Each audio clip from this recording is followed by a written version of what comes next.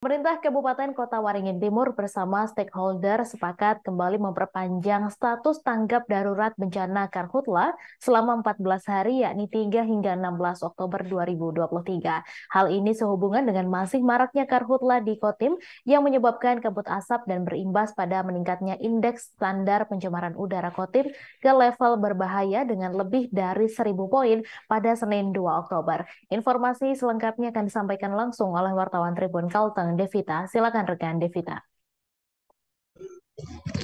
Ya, terima kasih rekan Mei. Saya menyampaikan seputar kondisi karhutla di wilayah Kabupaten Kota Waringin Timur. Sehubungan dengan masih maraknya karhutla di Kotim, pemerintah daerah setempat melakukan perpanjangan status tanggap darurat selama 14 hari terhitung dari tanggal 3 hingga 16 Oktober 2023.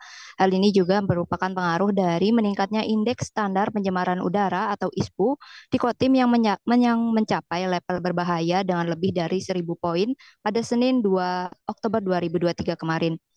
Asisten Setda Kotim, Rihel, yang memimpin rapat evaluasi status karhutla tersebut, menyatakan selain dampak dari karhutla, salah satu indikator utama pihaknya memutuskan perpanjangan status tanggap darurat ini adalah perakiraan dari BMKG Kotim yang menyatakan bahwa dalam 2 dasarian ke depan atau 20 hari ke depan, Kabupaten Kota Waringin Timur, khususnya wilayah Sampit, masih sangat minim sekali untuk potensi hujannya.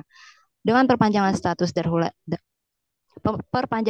tanggap darurat karhutla ini adalah yang kedua kalinya dilakukan oleh Pemkab Kotim setelah penetapan awal yang dilaksanakan pada tanggal 12 September sampai tanggal 25 September lalu, kemudian diperpanjang pada tanggal 26 September sampai 2 Oktober 2023.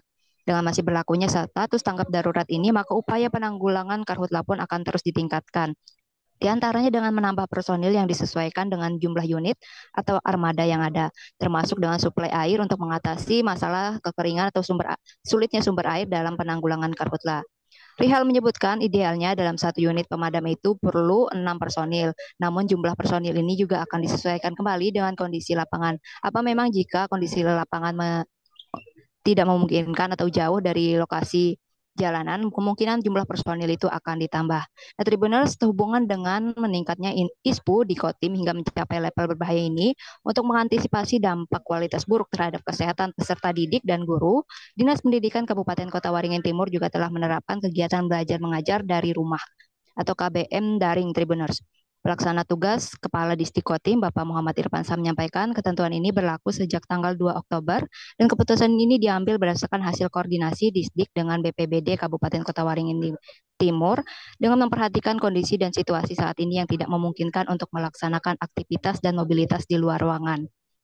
Sementara itu juga dari Dinas Kesehatan juga turun tangan untuk mengambil tindak lanjut terhadap kondisi udara yang menurun ini dengan membagikan masker ke jalanan di Tribuners.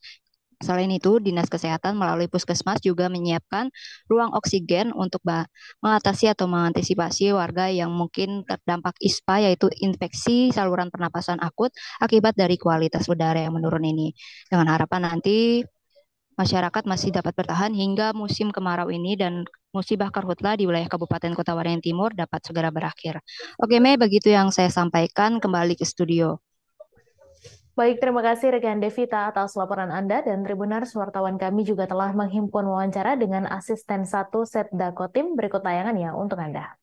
Hari ini kita rapat penetapan satu perpanjangannya. Jadi setelah kita cek dengan hasil dari BMKG, ternyata ada 2 dasarian lagi yang masih belum ada hujannya. Dan kita sepakat tadi untuk perpanjangan selama 2 minggu ke depan dari tanggal 3 sampai 16 Oktober ke depan. Nanti setelah tanggal 16 nanti kita evaluasi lagi apakah memang ada potensi hujan atau tidak lagi. Kalau memang tidak ada hujan lagi, makanya kemudian akan diperpanjang kembali. Dan kita pada hari ini juga sudah ada dari Dinkes, dari Disdik terutama pagi tadi begitu kabutnya asap sehingga ada beberapa sekolah atau sekolah nanti yang akan diliburkan untuk belajar sendiri. Sementara untuk sesuai kewenangannya di kabupaten itu dari SMP ke bawah. Sementara untuk yang SLTA itu menjadi kewenangan provinsi, tapi informasi pagi tadi untuk SLTA ada yang diliburkan, tapi ada juga yang pagi tadi itu ada yang hanya diperlambat masuknya, yang semula pukul 7 diperlambat jadi pukul 8. Jadi termasuk nanti Dinkes dengan adanya banyak juga kasus ISPA tadi, ada 800-an lebih yang ada untuk di bulan September ini, hitungannya minggu yang ke-39. Nah, kemudian Kemungkinan besar nanti kalau memang kita masker, kalau memang memungkinkan maskernya bisa dibagikan kembali melihat situasi kondisi yang ada. 800 kasus ya Pak ya? 800 kasus totalnya tadi. Dari bulan kapan Pak? Minggu yang ke-39. Minggu ke-39. Konkret sektor-sektor yang terdampak Pak sejauh ini sudah. Kalau yang jelas informasi kita di grup tadi sebagian tuh kecuali yang tidak ada terdampak asap itu yang pekat tadi hanya wilayah ujung Pandaran. Samudra pun tadi begitu juga tebal, untuk wilayah kota juga sama sampai kilometer 38 pun kalau tidak salah informasi tadi juga sama kabutnya. Terutama yang pagi ya. Nah itu. Sektor Pak, lebih ke sektor mungkin pelayaran atau bandara mungkin Pak. Kalau sektor pelayaran kita masih belum dapat informasi. Kalau termasuk penerbangan, karena kan penerbangan nanti kan melihat cuaca juga visibility-nya. Bisa saja kabutnya pagi hari, nanti setelah jam seperti ini kan dia sudah cerah lagi. Artinya penerbangan dan juga pelayaran pasti akan bisa berjalan dengan baik. Kecuali pagi-pagi, kayak pagi tadi kan mulai pukul 5, pukul 3 itu kabutnya sama sekali kan. Itu saja. Tadi juga Bapak berpesan agar dilakukan ground check apabila terjadi kabut asap lagi Pak, maksudnya ada muncul asap di... Gini, maksudnya ground check ulang pagi itu pada saat kita pagi ini misalnya ada kebakaran, mulai siang biasanya kebakaran, dari siang sampai sore kita adakan pemadaman. Nah, mungkin ada keletihan ataupun tidak tuntas. Besok pagi lagi kan pasukan pasti pulang kan kecapean. Nah, besok pagi itu di ground check kembali apakah masih ada asap atau masih ada. Nah, itu dilaksanakan pemadaman ulang. Itu maksudnya. Atau pendinginan. Ya, atau pendinginan lagi gitu. Nah, itu jadi itu yang dilakukan. Nah, karena kalau kebakaran baru biasanya di atas pukul 10 biasanya. Kalau pagi itu belum ada. Nah, jadi pagi itu bisa digunakan teman-teman untuk ground check. Misalnya pada saat itu dari pagi sampai malam itu ada 5 tempat. Nah, 5 tempat itu harus dikunjungi dan sambil dicek. Nah, ini perlu pendinginan ulang atau tidak.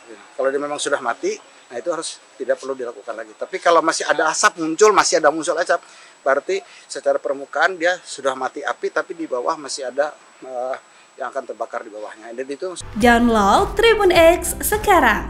Menghadirkan lokal menjadi Indonesia.